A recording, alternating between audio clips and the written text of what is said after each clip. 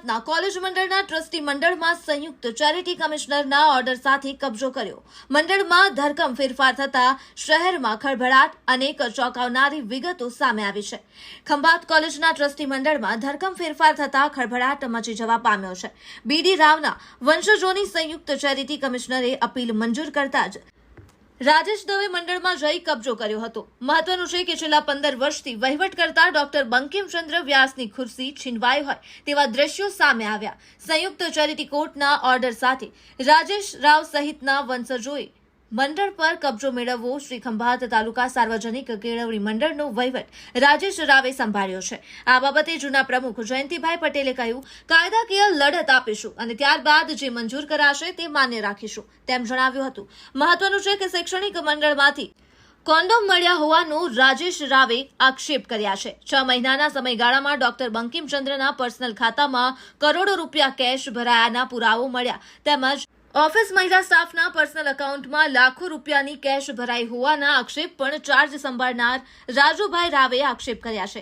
એટલું જ નહીં, સંસ્થાઓના રિનોવેશન કમ્પ્યુટરમાં એડિટ કરીને ફોરેનથી દાન ઉઘરાવ્યા હોવાના આક્ષેપો પણ થયા હોવાનું જાણવા મળે છે. ત્યારે હવે જોવાનું કે આવનાર સમયમાં ખંભાત કોલેજની સત્તા અને વહીવટ કોણ સંભાળશે તેવો હાલ શહેરમાં ચર્ચા પણ રહ્યું છે. અહેવાલ શૈલેષ પંડ્યા, ખંભાત, આણંદ. મારું નામ રાજેશ કુમાર અમૃતલાલ રાવ છે. હું આ ટ્રસ્ટમાં છેલ્લા 30 વર્ષથી છું અને આ ટ્રસ્ટનો અમે જ્યારે 2017માં અમારા નામ ચડાવવા માટેની એક અરજી કરેલી હતી. મારી સાથે બીજા 6 જણને અને બંકિમભાઈ વ્યાસનું નામ કમી કરવા માટેની એક અરજી કરેલી હતી, જે આણંદ ચેરિટીએ ના મંજૂર કરી. એનાથી નારાજ થઈને અમારે ઉપર અપીલમાં જવું પડ્યું. એ અપીલ અમે કરી અને એ આખરે બધું એમને ચકાસણી કરતાં જોયું ને બધું લાગ્યું એમને કે ભાઈ સત્ય છે, તો એ પ્રમાણે એમને અમારી અરજી મંજૂર કરી, અપીલ મંજૂર કરી. અને એ અપીલના આધારે અમને આ શનિવારે જ એનો હુકમ હાથમાં અમારા આવ્યો આરપીએડીથી. એ હુકમના આધારે અમે આનો ચાર્જ લીધો છે.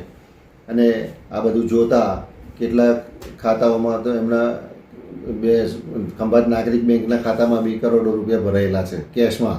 બીજા અન્ય બેંકના ખાતામાં બી ભરાયેલા છે, કેશથી જ ભરાયા છે.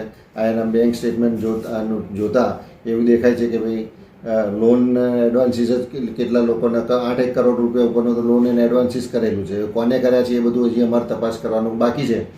અને અમે એના હિસાબે જ અમારા ઓડિટરને બીજા ઓડિટરને નિમ્યા છે, રિપનભાઈ સોનીને. એ તપાસ કરીને બાકીનું અમને કહે છે કે ભાઈ શું છે. આ શૈક્ષણિક સંસ્થામાં બંકિમભાઈની ઓફિસમાં આ ચાની વચ્ચોવચ આ કોન્ડોમ ને બધું મળી આવે, આ શું યોગ્ય વસ્તુ છે? અહીંયા આગળ તમે વિચાર કરો. હવે આ શૈક્ષણિક સંસ્થા છે, આ એમની જ ઓફિસ છે ને આ બધું આ એમના જોડેથી મળી આવે, એમના જ ઓફિસમાંથી મળે છે આ બધું.